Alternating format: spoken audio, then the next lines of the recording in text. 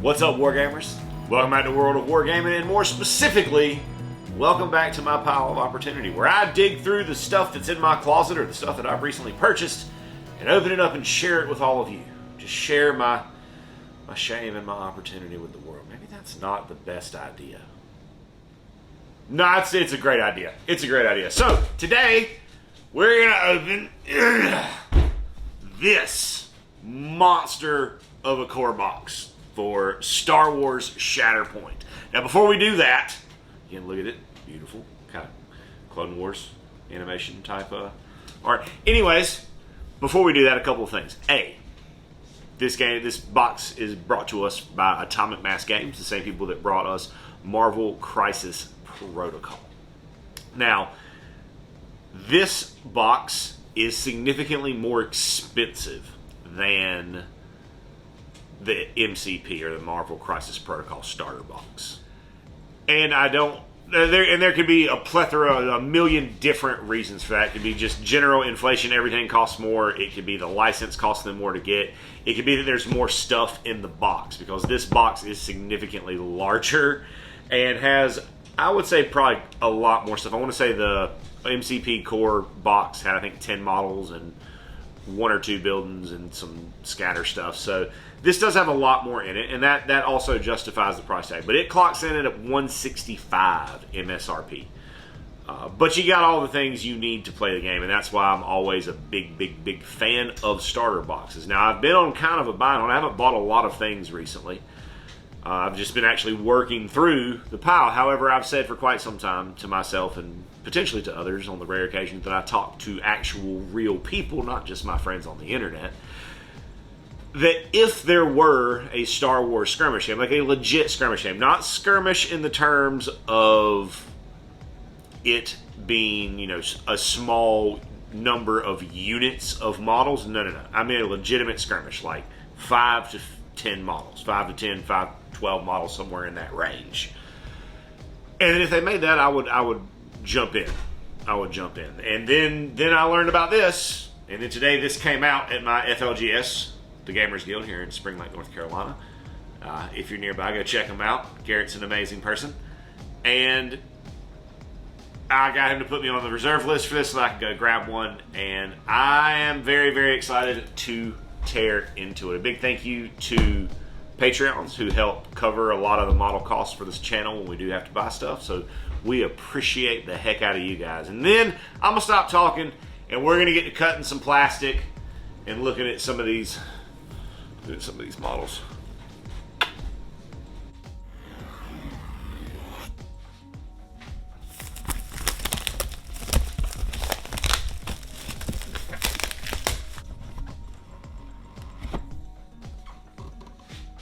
Alright, so we're greeted by a little top piece. Oh, it's a display, it's a backdrop. Oh, I like that. I like the inclusion. I like the inclusion of this a great deal. This is pretty nifty of them. Or maybe that's not the backdrop, this is the backdrop. Oh, look at all that beauty. I hope a person made this. Well, I'm definitely going to be using these. Like, just 100%. Yes, please. This is gorgeous. Love it. Love it. That's a really cool thing to include in a starter box. That's cool. I've never seen anybody else do that. I've never seen another starter box come with a backdrop to take pictures of your models with. I think that is incredibly freaking cool. Next, we've got our token sheet. I am not going to open this right now because I do not currently have a tackle box, a Plano box, to put all of these into, and I don't want to lose them. But we've got those. I don't know what any of these do yet. These things that do stuff. That looks like a bleed token. That looks kind of like ice. Looks like a push, maybe. This looks like, I'm sure these are probably for health. Double-sided. Yep. Then over here we got maybe out of ammo. Stunned. Of course, I'm just 100% guessing. I have no idea what any of this does, but I'm really excited to find out. And then we got some core rules. Now, I like this. Now, I don't remember if the Crisis Protocol box came with core rules. I remember that I had to go download rules and print them out, but I don't remember if that was because it didn't come with a booklet or because I bought into the game late, and by the time that I did, the rules that it came with were no longer valid. I don't remember. It's been a good long while back. But we got a little paperback book here. Some good pictures. Nothing fancy. We'll obviously be digging into this in a later video, but there's our little rule booklet. Another layer of stars, which I could use. I can see myself in it. It's shiny. What's up, big guy? I use this for a backdrop for taking pictures of like spaceships, things of that nature. Then we've got a whole bunch of plastic in a bag. We're going to take those out and look at them in just a moment. And then we've got this now. I gotta be careful because I remember in the MCP box they hid stuff from you inside the packaging. It was a really clever way of packaging, but that's just a separator, nothing special there. So I think this top bag is the terrain, and then I think down here we're into some duders. Oh no, because there's maybe some more terrain in there. We're gonna go through it in a second and figure out kind of what's what together best we can. And then this looks like more pieces to train, but there's something loose in there. And then we've got a bottom section. And this has got some little black cubes and one clear one, apparently. I don't know what this is for, but I like them. They're shiny and smooth. And then we've got our dice. Now, I'm always a little iffy with proprietary dice systems, but MCP was fun, so I'm hoping this will be too. So we got, 6 sides? No. 6 blue 6-sided dice. And then 1, 2, 3, 4, 5, 6, 7 gray 8-sided dice with some markings on them that I don't know what they do yet, but I will be figuring that out shortly. All right, so in the card pack, we've got what appear to be some objective and deployment type cards, maybe. They have names like their missions, so I'm assuming that's what they are, probably where you get an option of ways to deploy on it. And then we get to these, which have art. These are just art cards. I'm not exactly sure if these are a part of the game or if they are just cool little art cards that you get to have. No, maybe I'm just crazy. I was going to say they have a slightly different texture, but I don't think they do. Just, yeah, cool art cards. They say Star Wars Shatterpoint on the back. I'm not sure what those are for. They may serve a purpose in the game, but as of right now, I'm not sure what that purpose is. And then we come into what appear to be actual character cards, which are our kind of two-sided ordeals, like we've seen in MCP, and what everything does. I'm assuming, yeah, this is going to be their abilities and what they're able to do. And that's we got the blue side, which I'm assuming is the light side. And then we've got Lord Maul's side, the dark side of the Force. We got the blue and the red. So that's an easy way to differentiate those. Now in there, we've also got these larger cards, which have all the same units and stuff on there. I'm not sure how these two things work in junction, or if it's a use one or the other. I'm assuming this just kind of, I think, explains a little bit better what they're capable of doing than the small card is able to do. So I think maybe a larger reference. It also has what I'm assuming are their costs as far as unit building goes. And let's get into our first big old bag of bits. All right. Okay, so we got our widgets. So the game uses a widget system. That's what was rattling around in this one. Okay, we'll get to paint these up. Let's just open the bag all the way. There we go. So we got our pivoting widgets. There it goes. So there's one of them. There it goes. So just 2 little pivots. Oh, let's force lightning. This one will be fun to do with the airbrush, as will this one. Just the blaster. And then the rest of this bag is, or are, the terrain sprues, which are really big. The game has, I'm sure, a similar scale to Crisis Protocol, which I want to say is somewhere around like 38 to 40 millimeter, something like that, which makes usually it easier to paint. I opted to paint my Crisis Protocol models in an obscenely slow and tedious manner.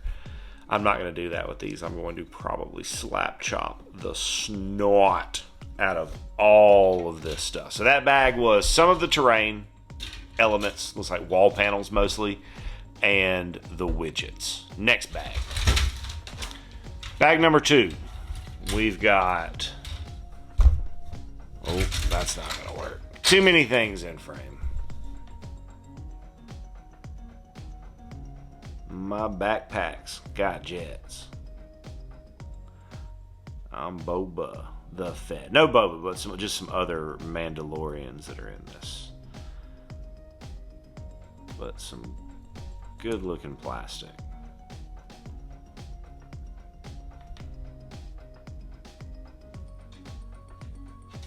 Chest panels, all the fabric looks really crisp and nice.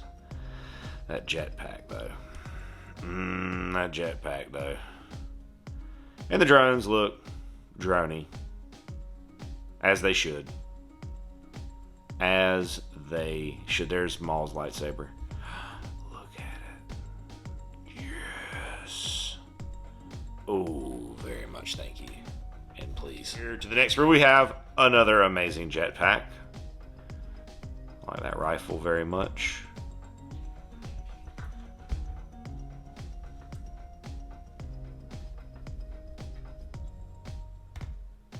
Can't keep picking them up backwards. There we go.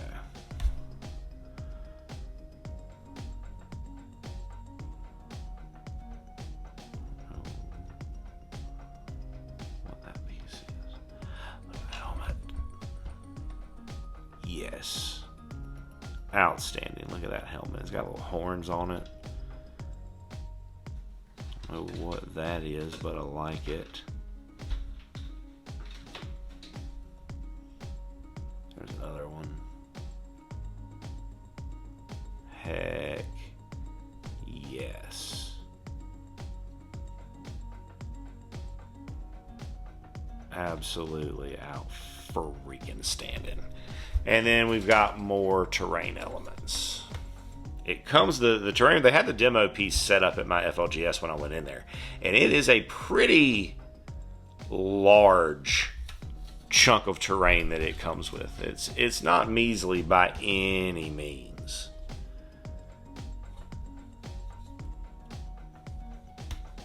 Lots and lots of little panels and screens. That's cool. Next bag. All right, last bag has more building components, some vents, panels.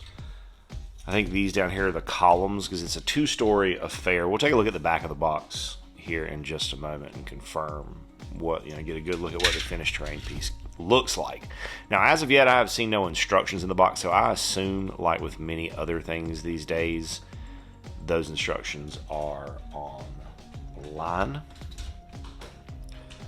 So, oh, maybe those are the columns right there. Some ladders, yeah, that makes sense. So, I'm sure it's on the Atomic Mass website for you to go and find. And I like that, and at the same time, I don't like it. I know it's good for the world, but I do like having the paper instructions. At the same time, it is very, very, very wasteful to print paper instructions, because as soon as you're done building that model, I mean, there are some people that keep all of that stuff, but I'm not one of them. It ends up going to the trash or into the recycling. But either way, it's not like getting kept, so keeping them just online. And then all of our bases, big old fat things. I love it. they're a little bit more, I don't know, maybe I'd hope they'd be a little bit more sci-fi-ish. But that's okay. And these are for the battle droids, I'm sure, because they come in unit squads of 3, so they need a slightly bigger base. But yeah, so if we got 1, 2, 3, 4, 5, 6, 7, 8, 9, 10, 11, 12, 13, 14. So that means there's going to be 2 of these that don't get used, and then these, but 16 total like units for the game. But again, the droids are units of 3, so that's 6 models total. So it's a fair amount of plastic. It's a lot. But in this larger scale, the models are much easier to paint and execute. Or they're much easier to really take your time and do a ballin', super cool paint job. Whatever floats your boat. I'm probably just going to be trying to get them painted and on the table so that I can play the game and immerse myself in it as quickly as possible. And then, as promised, this is what the terrain that comes in it looks like. And then we've got these kind of extra like blocky pieces that we saw in there, and so it's a good chunk of multi-level terrain. It's not all single story stuff, which I am here for. And that, my friends, is going to do it for this delve into the pile of opportunity, which occupies an obscenely large portion of the closet in my studio room. Thanks so much for tuning in, hanging out while we tour into this brand new box. Stay tuned, check back over the next couple of weeks. We'll be having there will be a Let Me Talk At You, where we're going to sit down and pick through the rule book and take a look at everything. And then, of course, there will be some games coming in the future as soon as I can get this painted and find myself an opponent who is willing to be on the internet with me. But until then, thank you so much for tuning in, hanging out. I'm so grateful for you, and I hope you have an absolutely amazing rest of your day. And as always, I'd like to say a big, huge, from the bottom of my heart, thank you to our patrons who support us and pledge to us over on Patreon. You guys are the absolute best.